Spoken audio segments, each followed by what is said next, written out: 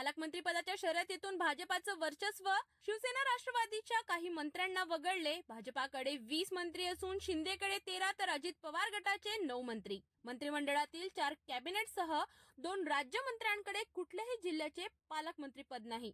पालकमंत्री पद न मिळालेल्या मंत्र्यांमध्ये भाजपाचा एकही मंत्री नाही. पालकमंत्री पदाची नावे व जिल्हे जाहीर. पालकमंत्री पदाची नावे जाहीर करता शिंदे यांच्या शिवसेनेला भाजपाकडून शह देण्यात आल्याचं चित्र. कोणत्याही जिल्ह्याच्या पालकमंत्री पदाची जबाबदारी न देता काही मंत्र्यांना तर काही राज्यमंत्र्यांना वगळण्यात आलं. पालकमंत्री पदाची यादी जाहीर होताच धनंजय मुंडेंची पहिली प्रतिक्रिया.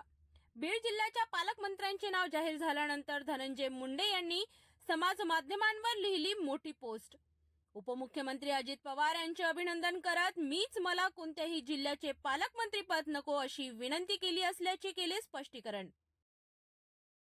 पालकमंत्री पदाची यादी जाहीर. बीड आणि पुण्याबाबत सरकारचा मोठा निर्णय. सरकारकडून पालकमंत्र्यांची पहिली यादी जाहीर करण्यात आली. गडचिरोलीचे देवेंद्र फडणवीस, ठाणे आणि मुंबई शहरचे पालकत्व एकनाथ शिंदेंकडे तर पुणे आणि बीड अजित पवार यांच्याकडे. नागपूर आणि अमरावतीची जबाबदारी चंद्रशेखर बावनकुळे यांची. पालकमंत्री पदावरून कोणाला डावलले, कुणाचा झाला अपेक्षाभंग. महाराष्ट्र जिल्ह्याचे पालकमंत्री पद जाहीर, मात्र बऱ्याच मंत्र्यांचा झाला अपेक्षाभंग. मंत्री धनंजय मुंडे, दत्तामामा भरणे, भरत गोगावले यांच्या पदरी मात्र निराशा. बीडचं पालकत्व अजितदादांकडे. भुजबळांची प्रतिक्रिया. पक्षांतर्गत बदलांवरही ठेवलं बोट. धनंजय मुंडे यांचा पत्ता कट. बीडचे पालकमंत्री अजित पवार यांना याबाबत विचारले असता चांगली गोष्ट आहे अशी छगन भुजबळ यांची प्रतिक्रिया. बीड हत्या प्रकरणाचे राष्ट्रवादीच्या शिबिरात उमटले पडसाद. नवाब मलिकांकडून बीड प्रकरणाचा उल्लेख.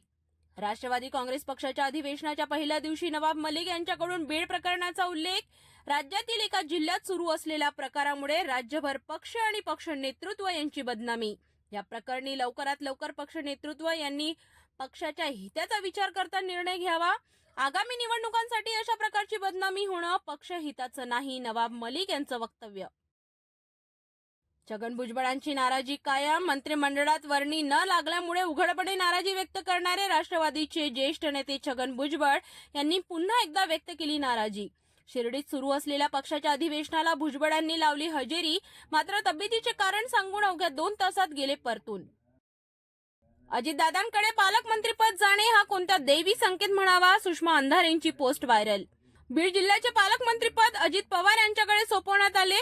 यावेळी मुंडे घराण्याच्या पारंपरिक नेतृत्वाऐवजी अजितदादांना ही जबाबदारी देण्यात आली. धनंजय मुंडेंनी स्वतः बीड पालकमंत्रीपद नको असल्याचे केले स्पष्ट. मात्र अजितदादांकडे पालकमंत्रीपद जाणे हा कोणता दैवी संकेत म्हणावा, काही का असेना आपले दादा अभिनंदन. आणि रक्तरंजित बीडमध्ये हरित बारामती पॅटर्न राबवण्यासाठी शुभेच्छा, सुषमा अंधारेंची पोस्ट व्हायरल. राज्य सरकारकडून खर्चाला खात्री. 15 फेब्रुवारीनंतर कुठल्याही प्रस्तावाला मंजुरी मिळणार नाही. तिजोरीतून होणारा अनावश्यक खर्च टाळण्यासाठी राज्य सरकारने 15 फेब्रुवारीपासून कुठल्याही प्रकारच्या खर्चाला मान्यता देणार नसल्याचे केले जाहीर.